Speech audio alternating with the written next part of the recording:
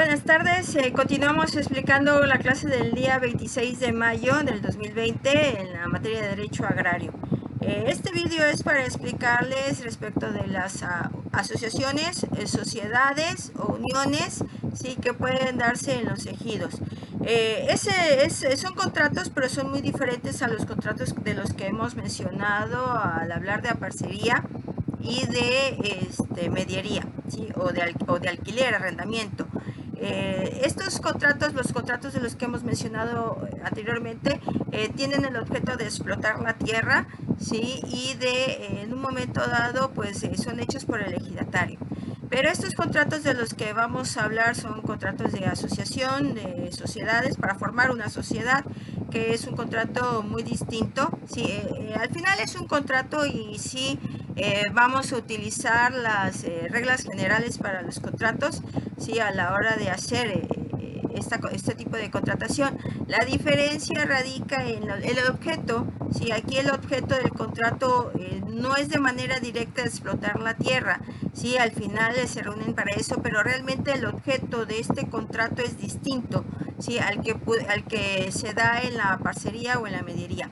¿Cuál es el objeto de un contrato a la hora de formar una sociedad? Pues precisamente eso, formar una sociedad, crear un ente jurídico, crear una persona moral, ¿sí? Que va a estar formada por varias voluntades, por varias personas, por varios individuos, ¿sí?, con un objeto en común.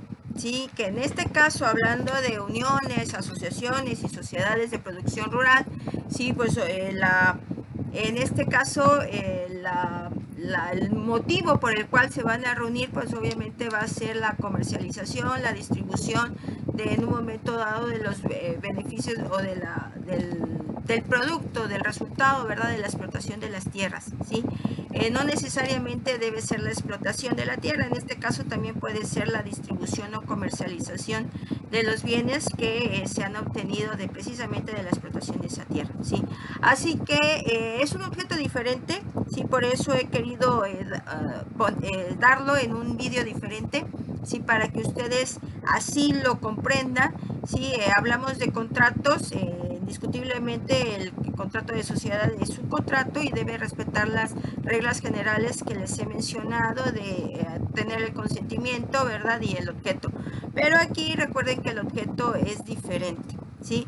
El objeto, pues, es en este caso la coordinación de actividades productivas, ¿sí?, la asistencia mutua, la comercialización, ¿sí?, y todas aquellas actividades que en un momento dado sean necesarias, ¿sí?, ya sea para la explotación de las tierras, aunque no de manera directa, o en un momento dado de los beneficios, ¿sí?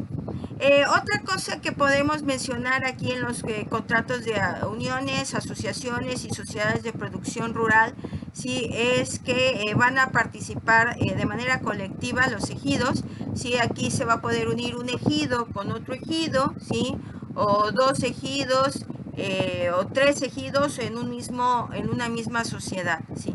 Se trata de unir fuerzas, sí, precisamente para la explotación, para la comercialización, para la distribución de los productos que son resultado de la explotación de la tierra precisamente de estos ejidos, ¿sí? Recuerden que es un contrato diferente, ¿sí? Así que bueno, vamos a mencionar algunas de las formas, ¿verdad?, que pueden tomar estas uniones, estas sociedades o estas asociaciones. Los nombres se los voy a poner en una diapositiva en especial, en sus diapositivas, en su grupo de diapositivas de este segundo parcial, pero vamos a mencionar algunas para que se comprenda de qué estamos hablando. En este video estamos hablando de las sociedades de producción rural, ¿sí?, sus iniciales SPR, ¿sí?, de las uniones de sociedad de producción rural de responsabilidad limitada, de responsabilidad ilimitada, que ya lo explicaré en este vídeo un poco más adelante, ¿sí? Así que bueno, les recuerdo que este tipo de contratos están regulados en el artículo 108 de la Ley Agraria y hasta el 124, ¿sí? Por mencionarles o explicarles un poco a lo que se refieren estos artículos, el artículo 108 en específico habla de las uniones, ¿sí? Habla de la unión en general. Ya en el artículo 113 sí, nos volvemos a topar que nos habla nuevamente de las uniones, pero ya de algo más específico, sí, y nos habla de 2 o más sociedades de producción rural. Esto es, primero formé mi asociación, luego vamos a decir que crecimos, sí, ya nos convertimos en una sociedad, pero la sociedad es un cierto nivel y quiero pasar a un nivel todavía mucho más amplio con un mayor alcance, pues vamos a formar una unión, ¿sí? Vamos a decir que está por escalas, ¿sí? Dependiendo del crecimiento que tengo. Si soy un pequeño productor, seguramente lo que más me conviene es una asociación. Si ya voy creciendo, ¿verdad? Me voy ampliando en mis actividades o en las personas que van interviniendo, ¿sí? O simplemente porque quiero crecer, porque quiero dar un paso más adelante, pues ya puedo formar una sociedad, ¿sí? Y vamos a ir creciendo, se puede decir, en tamaño, ¿sí? Y el nivel más alto pues sería la unión, porque ya aquí obviamente está formada, la unión está conformada por 2 o más sociedades de producción rural, ¿sí? Es como en materia mercantil, ¿verdad? No es lo mismo la SAS que la SA, ¿sí? La Sociedad de Acciones Simplificada, que es una pequeña empresa, ¿sí? A una sociedad anónima que ya es una gran empresa. En la materia agraria también las sociedades aquí van siendo pequeñas, pues te conviene más formar una asociación. Si vas a hacer una gran empresa ya con gran tamaño, pues lo que más te conviene es una unión. Sí, a veces los campesinos, bueno, no a veces, siempre se hace con el objetivo de fortalecerse, ¿verdad? La unión hace la fuerza, lo es aquí en materia agraria también, ¿sí? Y por ello, entre más somos, ¿verdad? Entre más nos unimos, pues tendremos más fortaleza para afrontar, ¿sí? Todas aquellas situaciones que se presenten, ¿sí? A la hora de producir. Así que bueno, recuerden, las asociaciones están reguladas del artículo 108 al 123. En el artículo 110 nos habla de las asociaciones rurales de interés colectivo, ¿sí? Y puede ser constituido por 2 o más personas. Vean, es un pequeño tamaño. Si somos pocos, lo que más nos conviene es una asociación rural, ¿sí? Es una asociación de este tipo, es para una pequeña empresa. Aquí hablan de 2 o más personas, ¿sí? O ejidos o comunidades, pero todavía es muy pequeño. Si nos vamos al artículo 111, ya nos habla de las sociedades. Son figuras diferentes, ¿sí? La asociación rural de interés colectivo a la sociedad de producción rural. Son 2 figuras completamente diferentes. Haciendo una comparación con el derecho mercantil, en el derecho mercantil encontramos sociedades como sociedad cooperativa, sociedad anónima, sociedad de acciones simplificada, la sociedad en comandita simple. Pues aquí también, sí, aquí también, nada más que aquí va a haber 3 tipos: las asociaciones rurales de interés colectivo, la sociedad de producción rural y las uniones, sí, también de producción rural, sí.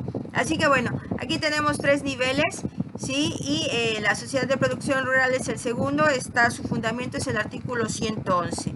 Y las uniones lo tenemos en el artículo 113. 2 o más sociedades de producción rural podrán constituir uniones. Sí, recuerden que todas estas tienen personalidad jurídica.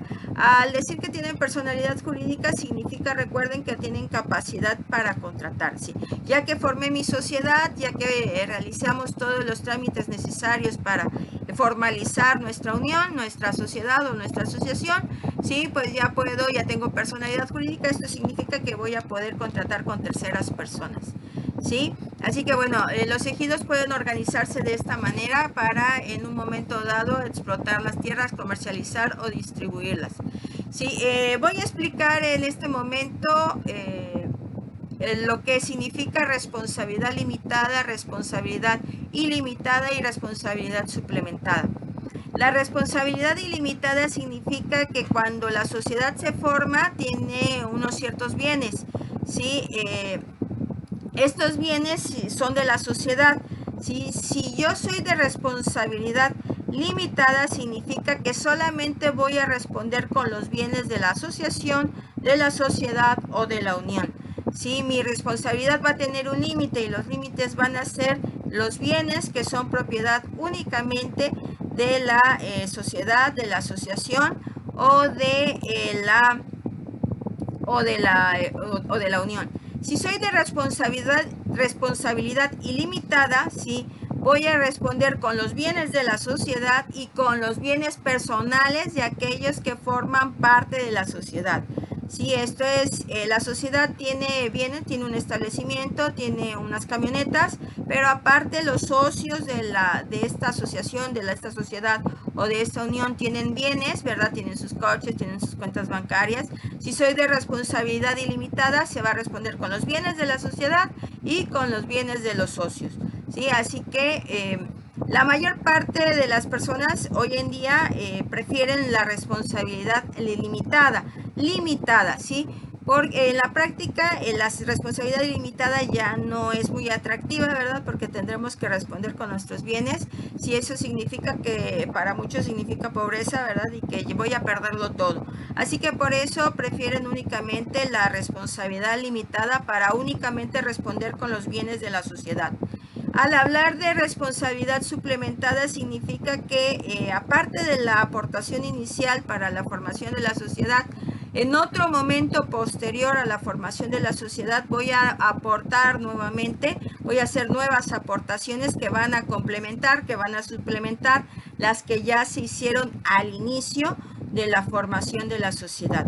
Bien, no quiero abrumarlos con tanta información, espero que con esto haya quedado. Si queda alguna duda, por favor háganmelo saber y les haré un vídeo explicando aquello que no haya quedado claro. Me despido, ¿sí? Y nos vemos en la siguiente reunión.